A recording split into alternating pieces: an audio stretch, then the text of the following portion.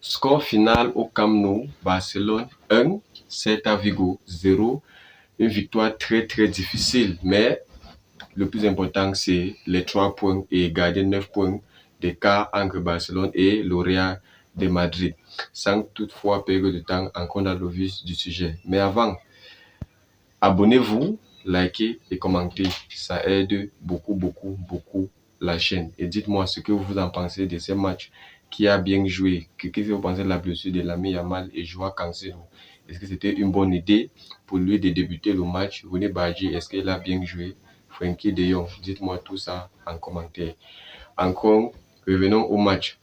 Barcelone gagne ce match au Camp Nou 1-0 contre Celta Vigo dans une victoire très très difficile. Mais pas difficile parce qu'on a mal joué, mais plutôt difficile parce que l'efficacité n'a pas été au rendez-vous. Et ça n'a pas été au rendez-vous aussi parce que l'équipe de Celta Vigo n'est pas aussi venue là nous regarder jouer, quoi. Vigo a très bien joué, ils ont très bien débuté ces matchs. J'ai même eu peur à la 10e ou 15e minute parce que Vigo mettait la pression. Vigo mettait la pression, il empêchait le Barcelone de ressortir les ballons normalement ou bien fluidement. Et eux, de leur côté, ils ressortaient le ballon normalement, surtout quand nos pressing n'était pas coordonné, quand ce n'était pas ordonné, quand ce n'était pas arrangé. Il ressortait les ballons très proprement, surtout avec Ilax Moriba, donc ancien pépite, ok, qui a très bien performé. Donc, Barcelone remporte le match. Maintenant, il commence d'abord par le classement. Le gardien Joan Garcia, c'était ce que moi je m'attendais. Il a fait son match. Quand on voulait qu'il réponde présent, il a répondu présent avec une occasion qui s'est présentée au début de la première mi-temps, dans les premières 20 minutes où il ressort ça avec sa main gauche très bien. Ça nous a sauvé ce match parce que je pense que si Vigo marque ce but, le match n'est plus pareil. Le match n'est plus pareil. On passe au défenseur latéral droit, Koundé. Très bon match, costaud match. Il rassure. Je pense qu'il s'apprête pour sa Coupe du Monde. Il rassure et on n'a pas pu traverser sur son côté. Il était solide défensivement et il faisait l'effort.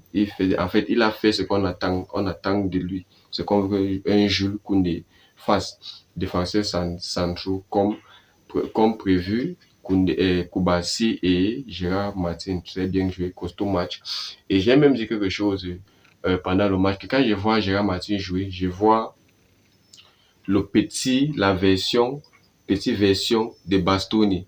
D'abord, en parlant de Bastoni, vous me dites ce que vous pensez dans les commentaires si Bastoni au Barça, ça vous arrange.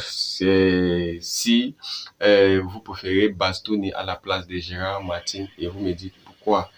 Bon, continuons. Gérard Martin, très bien joué. Les passes, il ressortait les ballons proprement. Les relances étaient très propres avec son pied gauche. Parfait.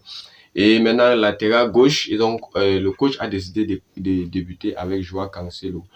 Option pour laquelle moi, je n'étais pas d'accord dès le début, parce que j'ai bien prédit que Cancelo ne devait pas débuter ce match, parce que récemment, on l'a beaucoup utilisé. Évidemment, je m'attendais à ce qu'il se repose et qu'on puisse aussi donner un temps de jeu à Baldé, qui revient des blessures et qui s'est déjà chauffé plusieurs fois, qui a aussi besoin de confiance.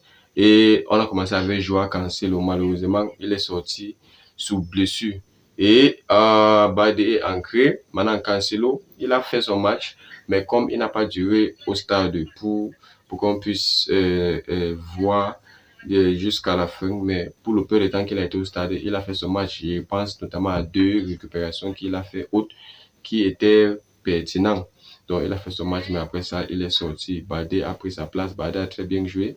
Juste que Baldé a toujours ses problèmes de centre et dernière décision. Baldé remonte le ballon très vite avec sa vitesse. C'est un bon porteur de balle. Mais dans les derniers carrés, Baldé ne connaît pas prendre les dernières décisions. Et c'est un problème qu'il doit vraiment travailler ça. Parce que je pense que la présence de Cancelo mène à la concurrence. Et je pense même que lui, il se sent déjà menacé. Et pour moi, c'est une bonne chose. La concurrence est nécessaire pour qu'une équipe fonctionne normalement. Ok, maintenant on passe au milieu de terrain. On a eu Eric Garcia qui jouait comme 6 avec Pedri en 8 et Dani Olmo en 10. Maintenant, les trois, Eric Garcia, excellent match. Je pense, quand je repense qu'il y a eu un moment que les Barcelonais, on se disait que ce joueur devait rentrer et qu'on n'avait pas besoin de lui. Je me dis, waouh, si vraiment on laissait ce gars partir, c'est que on aura perdu un diamant. C'est un gars très, très bon joueur. Il est trop polyvalent. Aujourd'hui, il y a même eu un moment dans le match où il descendait pendant les phases défensives. Il descendait et jouait comme 55e défenseur. Donc, sur la ligne des 4, il insérait au milieu et on était à 5 défenseurs. Maintenant, phase offensive, il aidait Pedri et Olmo pour remonter les ballons. Je pense que c'était même une consigne d'Hansi Flick. Quand Hansi Flick s'est rendu compte qu'il y a les possibilités qu'on ne marque plus après le but de Lamine Yamal. Donc, il s'est dit, bon, que d'encaisser, mieux je me rassure que si on ne peut pas marquer le deuxième but, mieux on n'encaisse pas un but non plus. Et Eric Garcia a beaucoup aidé. Il a beaucoup aidé, surtout en phase défensive. Pedri, est-ce que vous avez vu quoi ressemble Pedri quand il est à 100%? Homme du match mérité. Voilà ce qu'on dit Pedri à 100%. C'est pour ça qu'on a bien dit que Pedri, contre Atlético, n'était pas à 100%. Voilà Pedri, les récupérations, c'est Pedri. Les remontées des ballons, c'est Pedri. Vous avez vu la passe décisive qu'il fait à Ferran Torres. Malheureusement, le but a été annulé pour Orge. Mais vous avez vu la passe, c'était le miel. C'était beau à voir. Et Ferran Torres, finition, excellent. Malheureusement, il était hors. C'est ça, Pedri. Pedri a tout fait aujourd'hui. Il barrait, remontait les ballons. Il ne perdait pas les ballons naïvement comme il a fait contre Atlético de Madrid. Dani Olmo, excellent match. Il a fait son match, il a fait ce qu'il pouvait faire.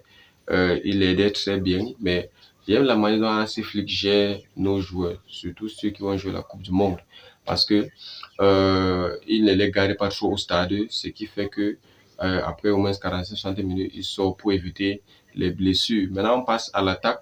Lamine Yamal, très bien joué. Bon, il n'a pas fait le Lamine Yamal qu'on connaît souvent, mais pour le peu de temps qu'il a eu à mener le jeu et à faire quelque chose, ça a été pertinent.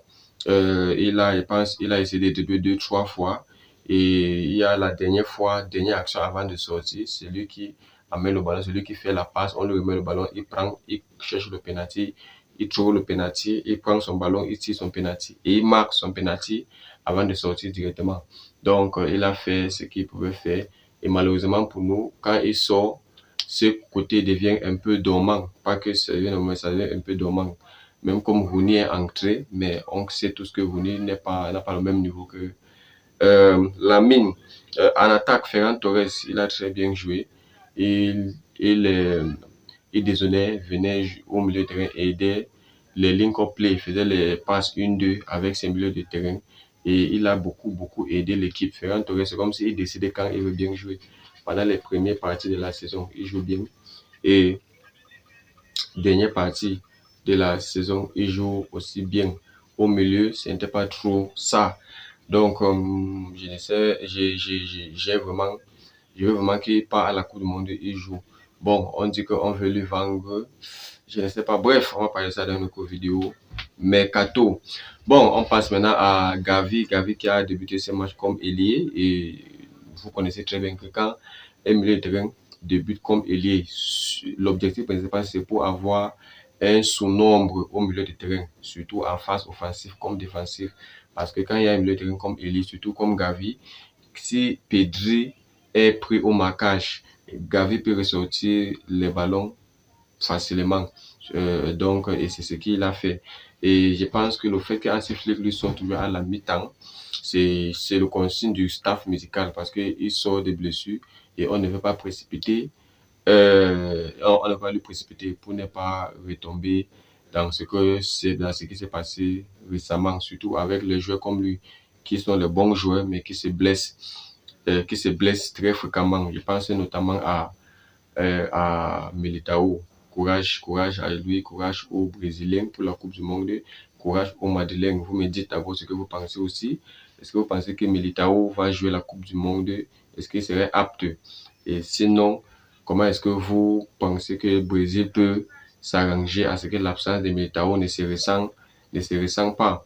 Bon, pour les remplacements, oui, pour les remplaçants, Rony Badji ancré, il a fait son match, mais je pense notamment à 2 occasions où il gâche, je sais pas, il glisse, je sais pas si c'est crampons avec un problème. Il glisse 2 ballons notamment et il a eu un tir cadré, très bon frappe. Et je pense qu'il souffre juste du manque de temps de jeu, manque de confiance. Il doit jouer beaucoup plus, surtout pendant ces dernières parties de la saison où la Liga est presque acquis. Donc, il doit jouer beaucoup plus pour acquérir la confiance et avoir les minutes dans les jambes. Et il doit apprendre à se calmer. Il n'a pas pu dribbler son vis-à-vis même pour une seule fois, mais je comprends. Il a juste voulu jouer simple. Frenkie de Jong est ancré. Le match a littéralement changé. Littéralement changé. Ok. Vous vous êtes rendu compte que l'entrée de Frenkie de Jong a libéré Pedri et ça a fait en sorte qu'on a dominé la possession de balle même pas pendant 5 à 10 minutes parce que c'est ça l'eau. C'est comme si Frenkie de Jong serait bon, il complimente Pedri parfaitement et ça m'a beaucoup plu de voir ça comme ça. Il a très bien joué, j'ai vraiment aimé son entrée et je pense qu'il faut qu'il aussi il revienne parce que Eric Garcia manquera le prochain match qui serait contre Getafe l'anti-football. On aura besoin de joueurs de ballons pour perforer casser les lignes de Getafe là, surtout casser les murs qui vont mettre, parce qu'on connaît qu'ils vont mettre un mur. Rashford est ancré, il a fait son match, mais il ne peut jamais me convaincre. Au moins, aujourd'hui, il a essayé de barrer quand il perdait le ballon, il courait quand même, mais c'est pas suffisant. Quand on attendait à ce qu'il fasse ça, il n'a pas pu le faire contre Atlético de Madrid. Je pense que si Rashford courait contre Atlético de Madrid, je pense que le Barcelone n'est pas disqualifié de la Ligue des Champions. Mais le fait est fait, c'est déjà arrivé comme ça. Donc généralement, c'était un bon match maîtrisé. Il y avait les moments forts de Celta Vigo, moments forts de FC Barcelone. Et heureusement que pendant nos moments forts, clés du match, on a eu un penalty et on a capitalisé sur ça. Donc 9 points d'écart entre nous et le Real de Madrid. On va rester comme ça jusqu'à peut-être le Classico. Prochain match de Barcelone contre Getafe chez eux. Prochain match de Real de Madrid contre Real Betis chez eux. D'ailleurs, dites-moi si vous voulez que je débriefe le match de Real contre Alaves. Si vous voulez que je débriefe une petite vidéo par rapport à ces matchs. Bon, on arrive à la fin de notre vidéo. N'oubliez pas de vous abonner, liker et commenter. Ça aide la chaîne. On se voit dans une prochaine vidéo. Peace. Visca Barça, Visca Catalunya.